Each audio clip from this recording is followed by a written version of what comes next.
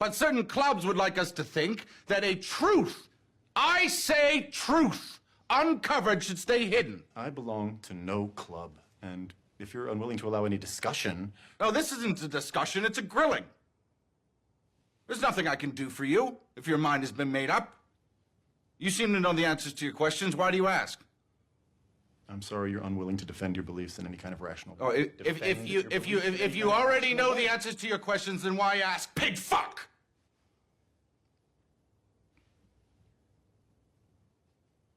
We are not helpless. And we are on a journey that risks the dark. If you don't mind, a good night to you. Hey guys, I just wanted to update you about Sal's new podcast, Toward Nothing. It's his own podcast where he really just goes in on leftist theory and leftist history. You should go check it out. And I just wanted to give you guys like my thoughts about this past election. So I think no one really won. Like no one on the right, no one in the center. Certainly not anyone left. I mean, probably it's very emblematic of what politics is. Basically, everyone just split the baby. But let's start with the right. I mean, they gained seats. They gained seats in the House, and it kind of lessened the majority in the House. And if in some perverse way, it's kind of something that gives more power to the Progressive Caucus, mostly the Squad and just Justice Democrats. So I know with the right wingers that are at it, it's somehow going to like balance it out, or through ideology kind of proves out that like the right is winning on messaging when it's simply not true. Like, don't listen to MSNBC or CNN saying that the right made major contributions and they're the reason why that they gained House seats. But it's pretty telling that with all the incompetency that we've seen the last 6 to 9 months from the government, that everyone could have this voter turnout, the record voter turnout, whether to vote against Donald Trump or a vote of affirmation for Donald Trump. And it's never, especially on the left, it's never something where you're voting for something. You're voting against this guy or in this case, Donald Trump. And personally, I think that we on the left should we should stop this witness politics, this Hippocratic politics that we're just around to basically complain about liberals in hindsight with their governing, to protect it's not even a democracy, because nothing's really like truly representative of the people, but quote unquote protect this democracy. Even right now, when it seems that like, hey, these urban places was the deciding force to the Biden presidency, when we still don't have a voice. We still are, and when we do have a voice, it's completely shunned out, and it seems that we are being divisive. When it's like, no, we're just asking for the bare minimum. And I think that if you did vote for Biden, I'm not going to say that you're a bad leftist. I'm not going to shame you. You should never shame anyone for who they're voting. But you should make a promise to yourself to say, you know what, I'm going to vote for someone who I want. Because I'm pretty sure in 2024, there's going to be someone that is going to go against Kamala Harris, who's going to be so frightening, who you have to seriously think to compromise yourself and your ideals. And if you don't, you're helping the other side, or you're just this grievance monster that trolls everyone that's quote unquote serious about politics. It's like we're not helpless people. We're strong. I mean, our politics demand strength more than any politics, if you ask me, because again, being conservative and having and following just the basis of power is easy. But being, especially in this anarcho-capitalist state, being a leftist is like the hardest thing to do. And not just from like not just from a Hill perspective, that I feel like the left lost everything, but from example, Prop 22 in California, where we have Uber and Lyft and Instacart and all these other startup companies that are fashioned to be like this whole new modern version of how people want to treat their employees, when it's really just the same old capitalistic shit that you could see in the 19th century, that you that not associating them as employees does not make them liable for their health, for their well-being. It really shows you how it that nothing is sacred for them, nothing is below the belt for them. And when, I don't know if you're listening and you're in California, but if you wanted to ride on Uber or Lyft, you had to press yes, or you had to vote in the affirmative for Prop 22, which just makes it like you. It's like a response. It's like you're being trained to respond away to a question that you barely know about. And people will say that, yeah, we had a high voter turnout this election, but that doesn't really like state where the current. That doesn't like give you like a good insight of where this democracy is. Because yes, there's high voter turnout, but you need an informed electorate for a democracy to truly work. Like again, you're gonna hear in this interview, I was with my mom. I stayed online with her, just talking to her, because the voting place near me is not that far. And I started to ask people, like, do you know what Biden's gonna do for his first 100 days, or which policies propelled you to stand in the cold, late October, early November to vote for this guy? Because again, it gets really cold in New York, and it's like, especially with this response to COVID. I'm not saying to not vote, but you're doing more. You're breaking your back for people who would reflect that caredness, that effort in kind. And the fact that obviously the narrative in the whole primary and the general election is that Joe Biden was carried by older voters. And that is true. And it comes to find out that I read in the Atlantic that his best proposal that he's coming out right now is to expand Medicare to the age of 60. And that's regressing from what Hillary Clinton said in 2016 when she promised that she was going to expand it to the age of 55. So it's like we're negotiating. So it feels like we have this burden of voting, and for that, we get nothing. As a matter of fact, that we're regressing rightward for no reason. We're literally negotiating against ourselves, and the only thing that's passing is time. Not the bills, but time. And it's not just in California with Prop 22. It's in Illinois, where the governor himself, a millionaire, spent his own money, tried to kill a ballot initiative where it would reverse the Illinois Constitution, making it a progressive tax. And he spent his own money, his own interest, as governor, and used that pulpit as governor to kill that bill. So when you have like the intermingling of corporate interest and government, it is fascism. And you must ask yourself, did you really defeat fascism on Tuesday or not? Whether you voted or with Biden or Green Party, but like, do you feel like fascism was defeated, or the threat of fascism? Because like, I'm pretty sure all the worst things that Donald Trump did. One, he did not break any precedent, which is very scary. That all these laws were already baked in. So the reason why I didn't really mind Donald Trump is that like, even really like, you're really splitting hairs by saying, well, he's a fascist, and that's unique to American history, when it's not. It's like everything about this state is pretty much totalitarian. So it's like you're splitting between a totalitarian government who has many different aristocrats, who has many faces, or you have one centralized person who does the same thing but has one face. And it's like, that's not really a conversation that, one, it's not really a conversation that should be needed. That's gonna highlight any difference. That's not going to really like change anything really. So I always promise you to give you the truth, absolute transparency, and it's going to be a lot different covering Joe Biden than Donald Trump. And I hope that you like see that like we can't have like nothing's obvious in this.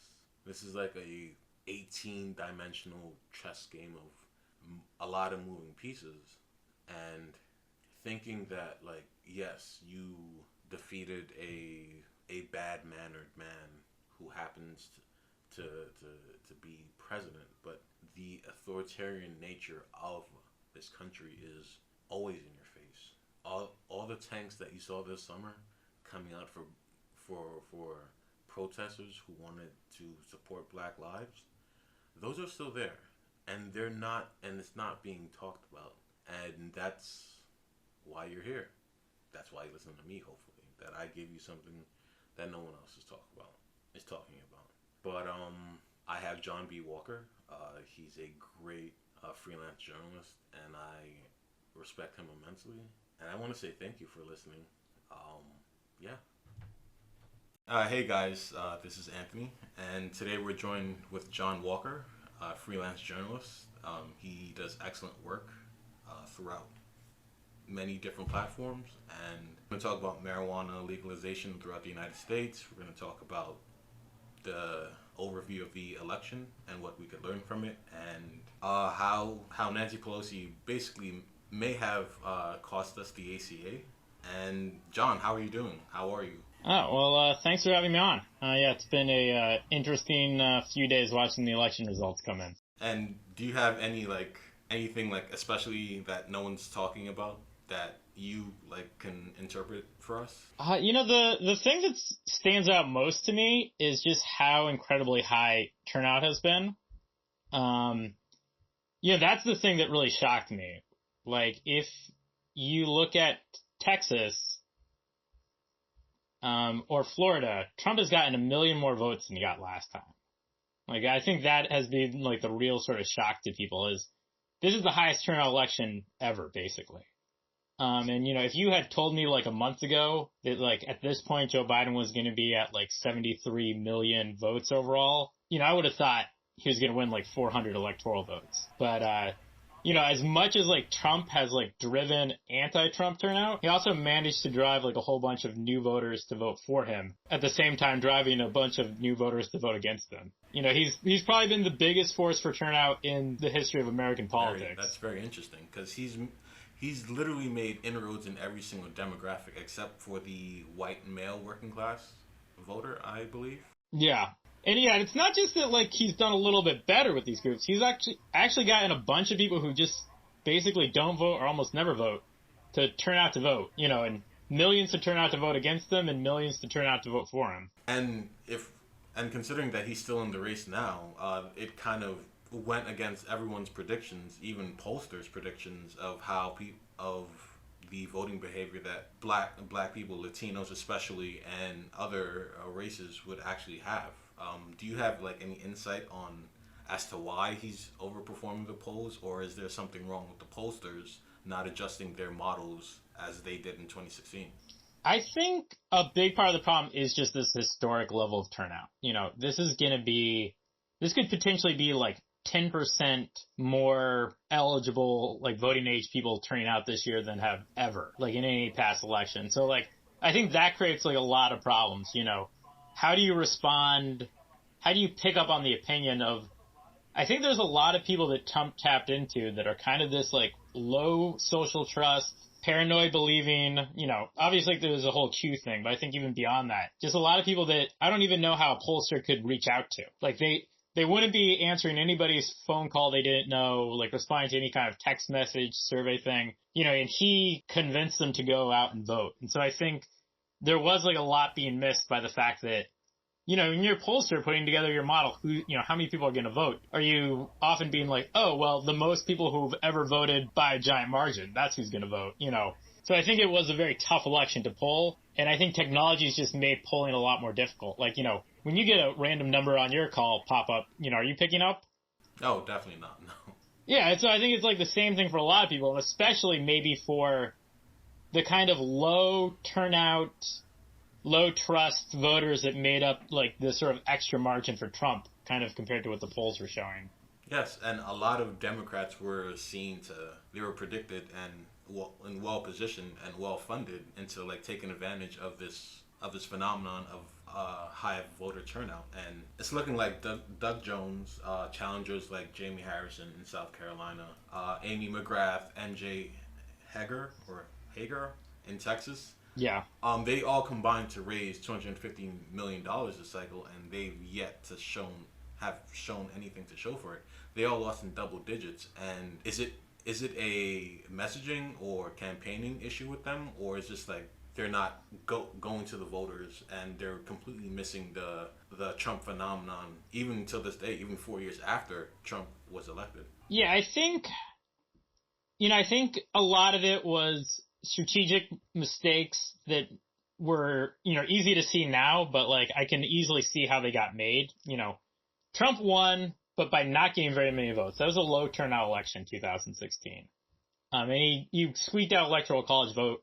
And in 2018, in the midterm, Trump really drove out turnout amongst Democratic voters. And like Republican turnout was kind of the same. That's why we saw like Democrats take the House. And so like people I don't think we're thinking Trump is going to find a whole bunch of new voters who've never voted before and drive them out. They thought probably to a large degree that, turnout was going to be higher, but it was going to be mainly driven by them. So I think they probably did miss a lot of the voters. And how do you kind of build a strategy around, all these people who have never voted before are going to vote for Trump? It's an easy thing to miss, I imagine. I was looking at some of the numbers, like the Democrats are behind in North Carolina and Georgia, but they've gotten like 300,000 more votes than what won in 2016 in those Senate races. So if they had gotten the amount of vote they got 4 years ago, they would have easily won. And so I think like it's tough. That's really causing a lot of mistakes, was like assumptions of, who's going to vote and how many people are going to vote. Someone still has to be like held accountable for all these losses and all that money. So like, do you think that there will be a reckoning, considering that all they have to show for is that they netted one Senate seat, they lost a dozen congressional seats, and they're basically relying on a two Senate runoff in Georgia if things stay the same, and which I've read that historically favors the Republicans in Georgia specifically. So do you think that the Democrats are going to actually this time maybe make a pivot to populist or populism, or are they going to be steadfast and continue to punch left as Claire McCaskill and Morning Joe continue to do? I never sort of bet against Democrats making big mistakes. And it is kind of crazy to me that Nancy Pelosi would still sort of be talking about holding on to her job after this. They're the professionals. I wasn't being paid $100 million in, consulting fees to pay close attention to every election change and everything. So it's a little different for people on the outside to miss this, so as opposed to people on the inside. I think the Democrats really erred by choosing like this. What am I drawing? The like defense strategy. They thought they were going to be ahead. Running out the clock. Yeah. They thought that, they saw their, numbers and whatnot, that their people were excited. And like, we're going to have big turnout from our side. That's going to be enough. Because it is true, like in Texas, Joe Biden got like 700,000 more votes than Trump got last time. So like you can see how they'd be thinking like, our voters are excited. We just like don't want to rock the boat and we're good. But I think the refusal to relentlessly be attacking Trump constantly was just like the big strategic error. They didn't bother to get his tax returns. They had one impeachment, and Pelosi specifically said she's going to keep it narrow. Like, that should have been 2 whole years of going through every single crime and corruption and all those things to, like, probably bring down all those people who turned out for Trump. There was a bunch of people, and if you look at the polling, especially, let's look at Florida. Minimum wage passed, like, 62%, even as, like, Donald Trump won the state in Florida. There is clearly a socially conservative, economically liberal chunk of potential voters out there. And I think if you're not like making a strong case against Trump, you're just kind of letting Trump make his own case against himself kind of thing, which isn't kind of registering with those people. And you're not making any specific promises on delivering. I think Democrats have just zero trust with a bunch of these low trust voters that they voted overwhelmingly for a minimum wage ballot measure because they knew that was going to happen. But like, Democrats still could not tell you a week before the election, even though they ran on minimum wage increase, if it was going to become law if they were elected. Like, Joe Biden was still, oh, well, I like Senate tradition. Like, most of the Senate candidates were like that. They're like, oh, well, if you vote for us, we'll be in charge. And it's like, oh, okay, well, you passed the platform you ran on. And like, they still refuse to say, oh, well, no, we'll maybe let Mitch McConnell veto it, maybe we won't. And I think a lot of people got burned under the Obama administration where, he said a bunch of promises, I'm going to do card check, I'm going to do immigration reform. Democrats won big, those things didn't happen. And so if you're a voter who wants economically liberal things and also like weird conservative social policy and just like a attitude, I don't even know how to properly describe it, Trump delivers that sort of machismo attitude, conservative thing they want. Democrats haven't proven that they can deliver the economic policies they claim they run on. And I think that's a big trust gap issue that, it's tough to fix because they're not in power, and I don't know how they get in power without fixing it. I mean, that's the thing that they could have, even from a rhetorical sense, they could have said, hey, in the House, we already passed a $15 minimum wage, so it's already there. I just need you to take the next step with me. And that would have been a lot more appealing to voters. But again, they lost that chance. It is crazy because they still are defending the filibuster, at least enough Democrats in the Senate are, that like Joe Biden couldn't just stand on the debate stage and say, if you vote for me and you vote for 51 Democratic senators, the minimum wage will go to $15 January 21st. Like, it is crazy how little the Democrats, because they refuse to say that they're going to govern if they win, weren't able to make those definitive, like, read my lips statements. Like, hey, it's, it was always this messaging about, like, we want healthcare to be widely available and affordable for all Americans. But, like, never were they making statements like, read my lips. 1 week after it, we are elected, this, and this will happen. That will be passed. And I think not being able to do that just kills you with a large segment of people. Yeah, I remember when I was online, waiting to vote Green Party, I asked people, do you know what Joe Biden's first 100 days is going to be? Like, Trump easily touts that, and he gives you a reason to vote for him. And he makes that very clear. And the thing that I can never begrudge, like, Trump voters is that they actually got a good chunk of what they voted for or what they wanted. And I could see why someone could be like, okay, I'm conservative and I may have not voted the last time, but I'm definitely going to do it this time. Maybe because I'm a Christian conservative or I'm a small business owner and that Trump tax cut helped in some way. But it's actually tangible, material things that they can latch onto. Yeah, if you care about the Supreme Court, whether for abortion reasons or, what other reasons you do as a conservative, and you care about tax cuts, I personally think they're a silly thing to care about, or a bad thing to care about, but you got them. And you kind of knew if you voted for Republican, you would get those things. So, I understand it, and I think there's like kind of a reluctance to understand that there are people who are getting what they want, and that like delivering on what people want goes a long way for those people. It does, and it kind of transitions like easily to what I want to talk about, the future of the Affordable Care Act and how Nancy Pelosi, like, I think she overplayed her hand, making it a point where if you want us to challenge the confirmation of Amy Coney Barrett, that I'm going to use the ACA as an incentive for voters to do that, to challenge that. And not only that, the Democrats as a whole did not like challenge her in her confirmations, but now it's looking that the arguments start November 10th, right? That it's completely in peril, and as you said in your article, that a 6-3 majority, with even on appeals, will completely be shut down. So can you give any insight as to why she actually did that? I think that was all like the same sort of running the clock down strategy. They thought they had got their winning strategy, run on defending the ACA, because they didn't really want to run on things they would proactively do. Defending the ACA is literally a defensive thing. The whole idea would be when we win, then it won't be in peril anymore. And I think that they just like always took a like don't rock the boat attitude about it. And I think I just think it was like a categorical mistake. Is they just were very confident that it was going to be, one, a winning message for them, and two, that it wasn't as big of a threat.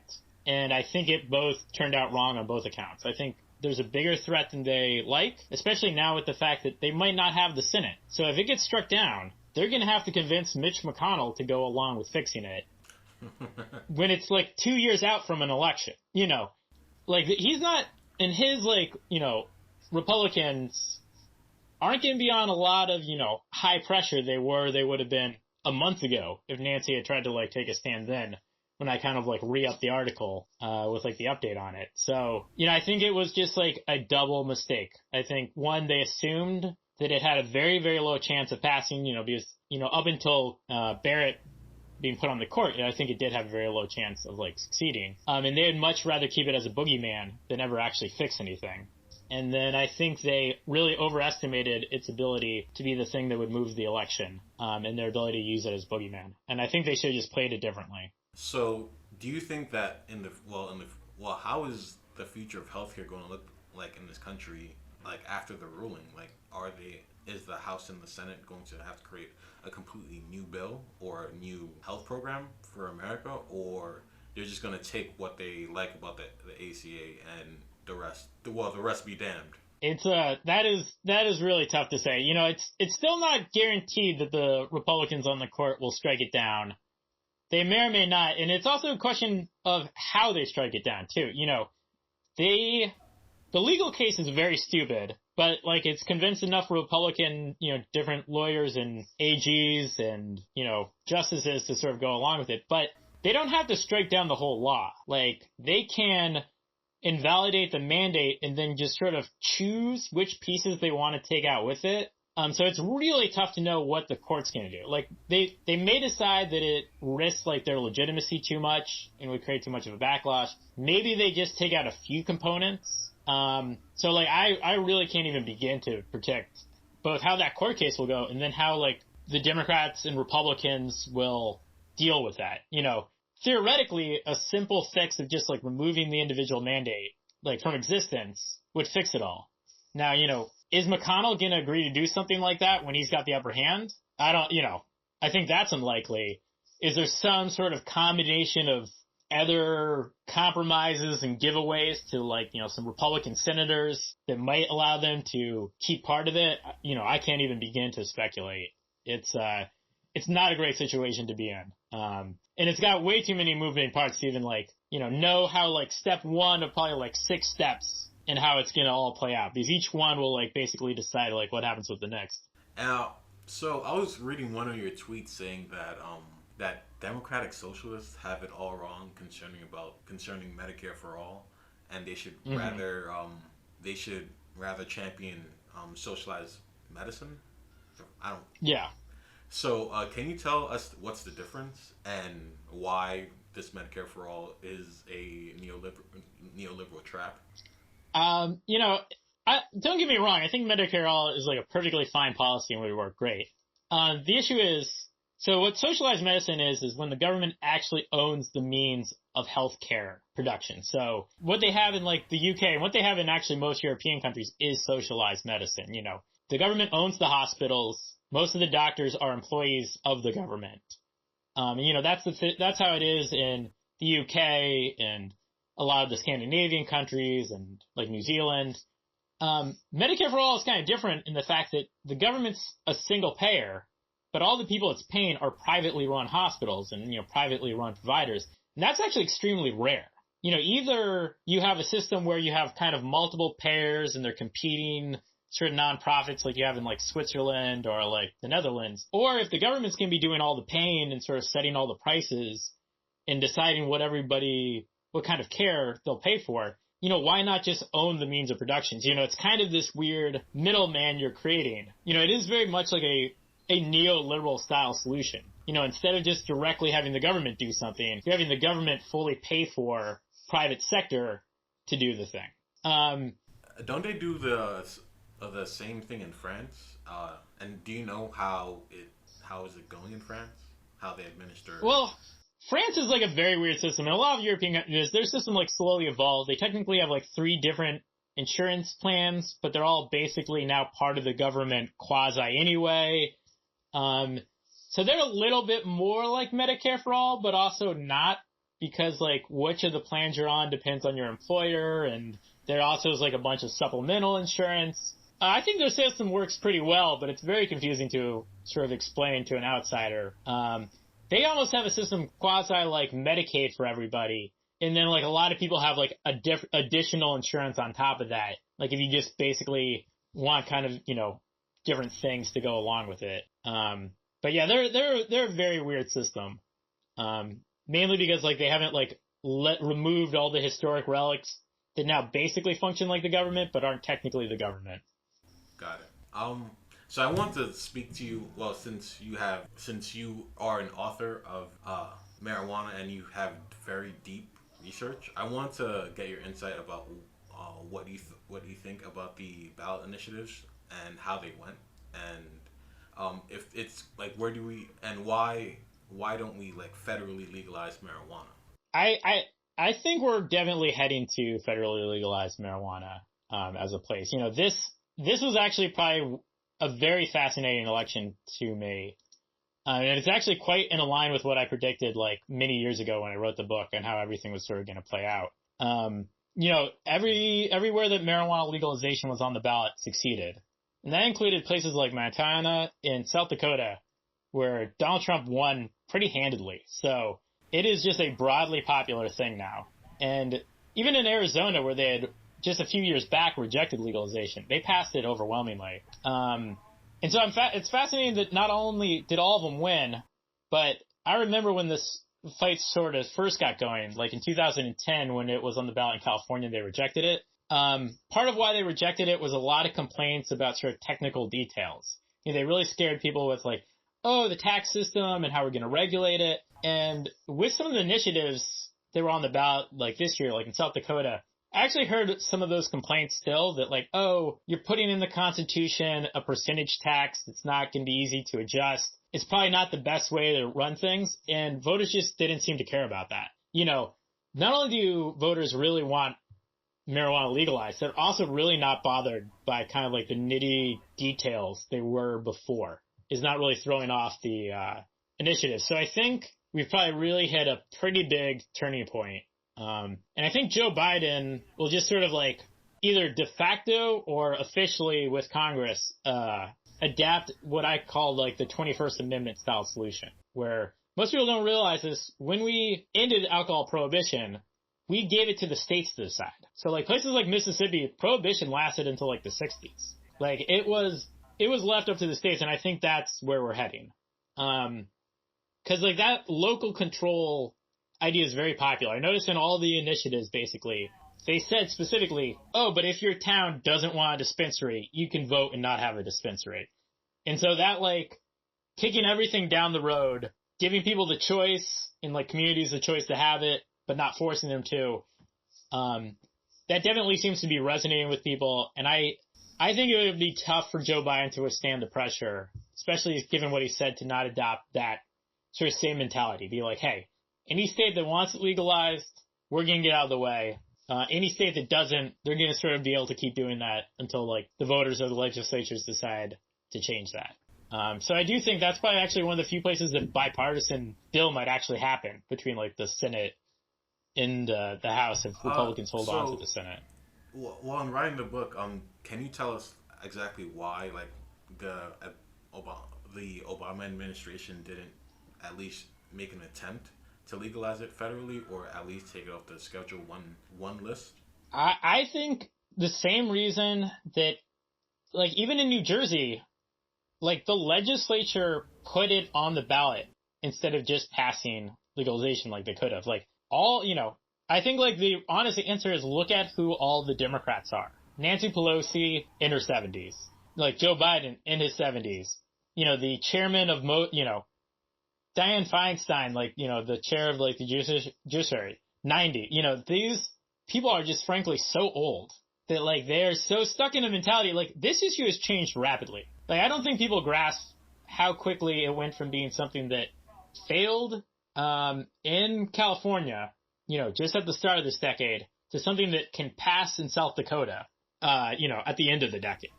It went from like 50% public support to like 70% public support, which I'd say it's about at now based on like how these like election results turned out. Like that is a massive swing. And I think anybody who's frankly, over 60 just really can't wrap their head around the idea that everything has changed dramatically there. If you went back to when they were first elected, or even when they were first like being prominent, if you went back to like when Nancy Pelosi was like 45, marijuana legalization was probably pulling at like 20%. And like I think like that is the constant thing I hear about Democrats, especially the Democratic leadership on marijuana, but on a lot of issues. Everything is still basically the year that they won office. Like, as much as you try to tell them differently, I don't think they can ever kind of make that switch that, how it was when they were like 45 or 50 and first, became a chairman or first got elected to the Senate. The things have changed dramatically since then.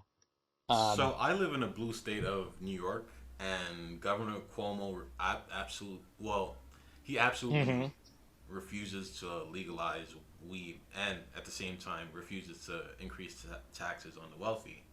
While we have a state senate who actually does want to legalize weed, but they want to have protections over it. So like they want to like have certain communities have certain advantages, and I guess grants and small business loans that are favorable for them, because we all know that if we legalize it, it opens up this whole like chasm for like the pharmaceutical industry and Wall Street just to like come in and just bulldoze and completely run it. So is there a way where we could like have a more humane like law for marijuana where it advantages more the working class than Wall Street, or it's just...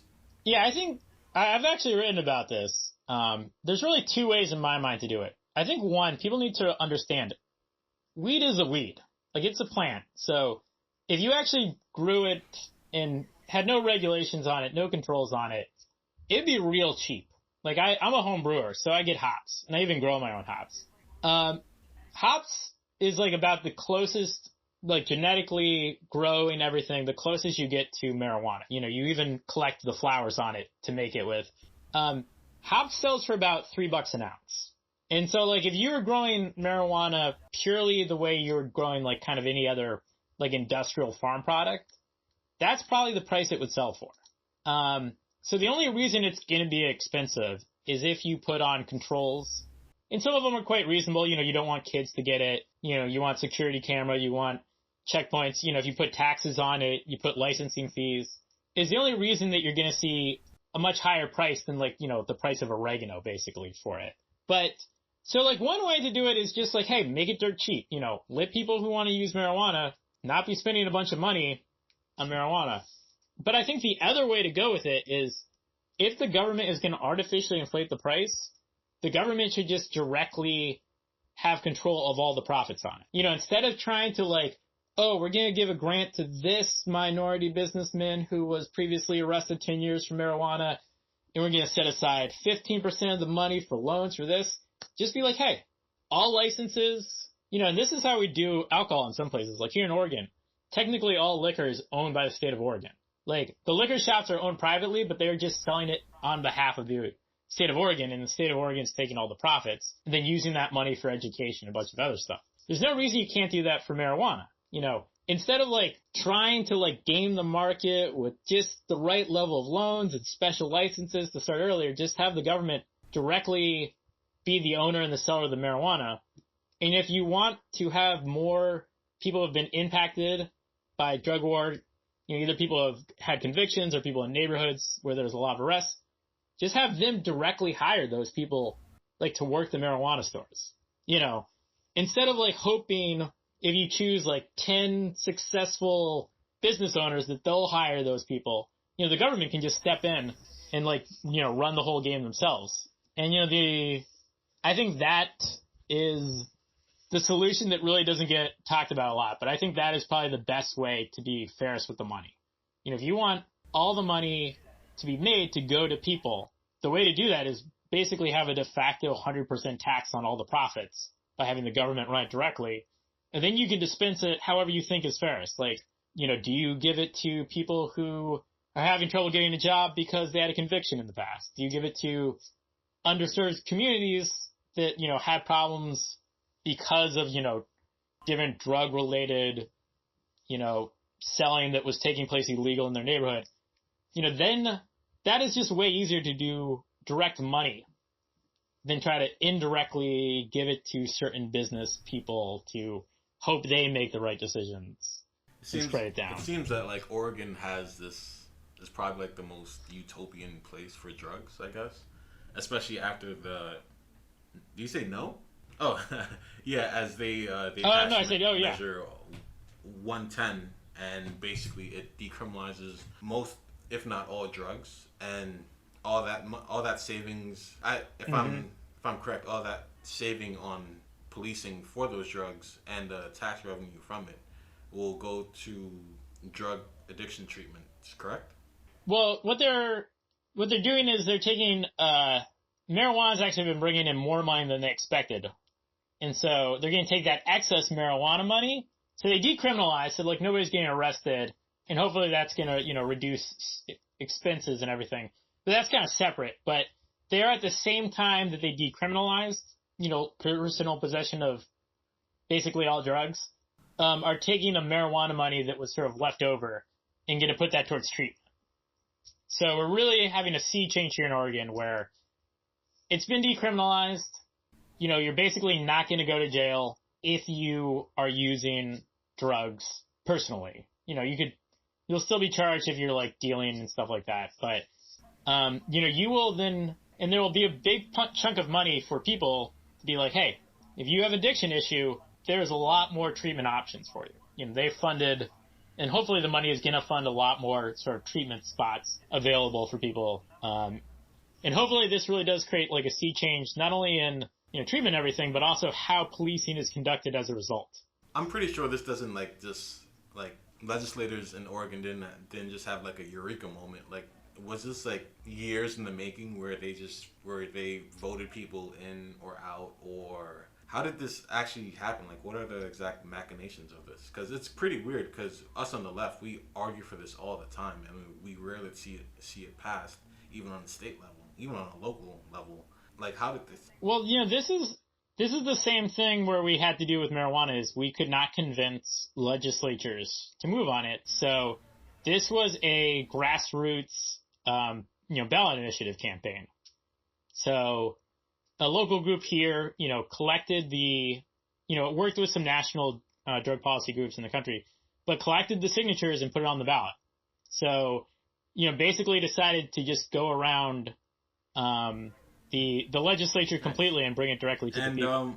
How is Portland overall? Like, have the Department of Homeland Security agents stopped coming, or is it just still protest every day and night till?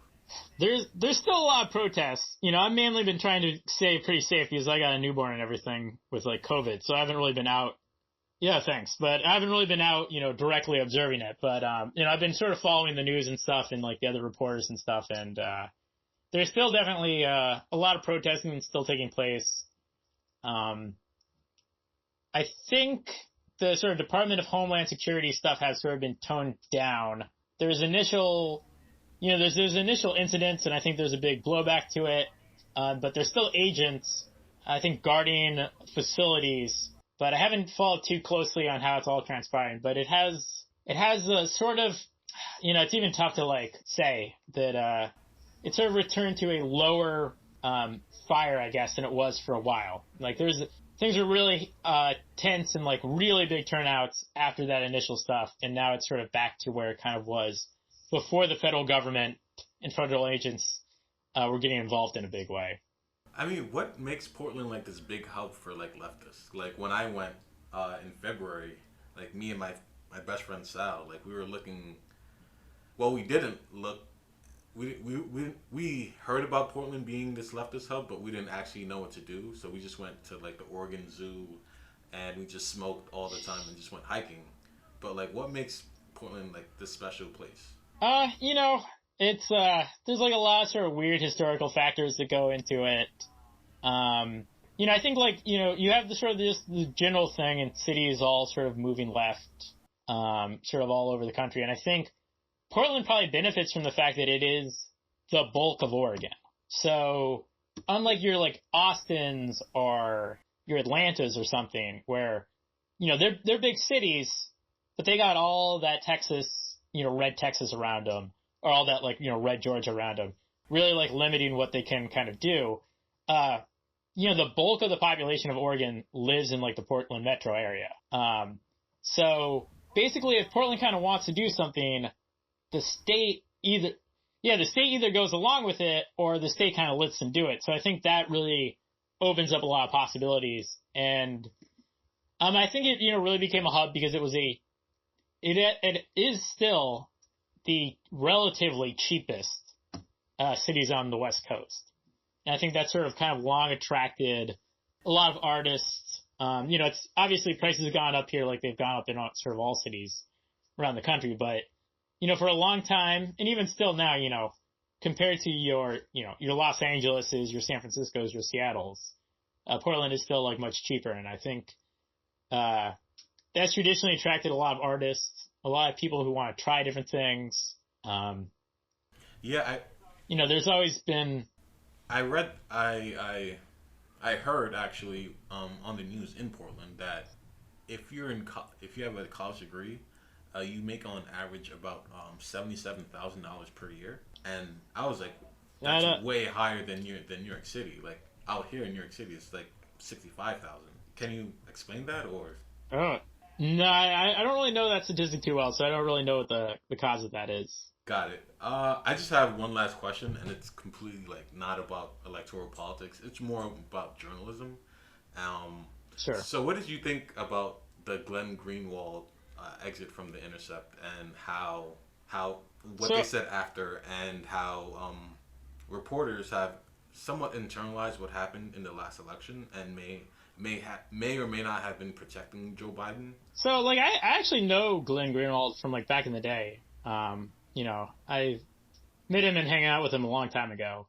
I think a lot of it is just I can't even sort of begin to speculate what's sort of taking place inside The Intercept, but I think a lot of it really just stems from the fact that, they had like competing visions of like what The Intercept would be. And I think like Joe Biden, I think Glenn Greenwald, like people who weren't sort of knew him or weren't closely following it at the time, this is like very personal for him. The Obama administration was very opposed to them doing the Snowden leaks. And so like they like actually messed with Glenn Greenwald on like a personal level. There was like, his husband got stopped by customs as a result of like traveling through and different things. So I think like there is that kind of personal element that people often like forget that's sort of going into sort of the perspective he's coming from. It's tough for me to say. I think also people just are like the new way big journalists, and you're seeing this in a lot of places, is, I love blogging. I can't like make enough money just running my own personal blog, but if I could, like, I don't know who wouldn't want to, being able to write whatever you want, whatever schedule you want. Like, so I think like with Substack coming along, giving a lot of sort of bigger names that level of freedom, all of a sudden the kind of stuff you might be putting up with, not that I'm saying it's good or bad, just might not be as appealing anymore. So I think like there's a whole kind of market dynamic that people are kind of overlooking. Like Glenn left The Intercept when there was effectively a new job available for him to do what he wanted to do with more freedom and more flexibility. And to be honest, like, how many people aren't leaving their old job for like a new job that like provides that? Very true. Well, I think that's all the questions I have for you, and thank you for coming on. If you have anything to plug, please. I don't have anything to plug at the moment. My book is After Legalization, Understanding the Future of Marijuana Policy. It's a bit old now, although if you're interested, I think I pretty accurately predicted almost how everything was going to roll out, even down to basically which states were likely going to pass and like which years they were going to pass.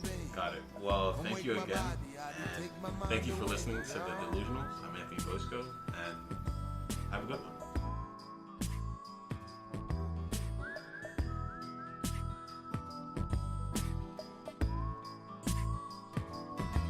Everybody get down and do the boogaloo. just like the cover of I Want You. You. Look what you gonna do. What you gonna do when the rent comes due? Round up the posse and call up the crew. $5 at the door and you bring your own booze. Call your neighbors, cause they can come too. Be sure and bring your records, cause I only got a few. So bye-bye, black sheep. Have you any wool? Yes, sir, a nickel bag full.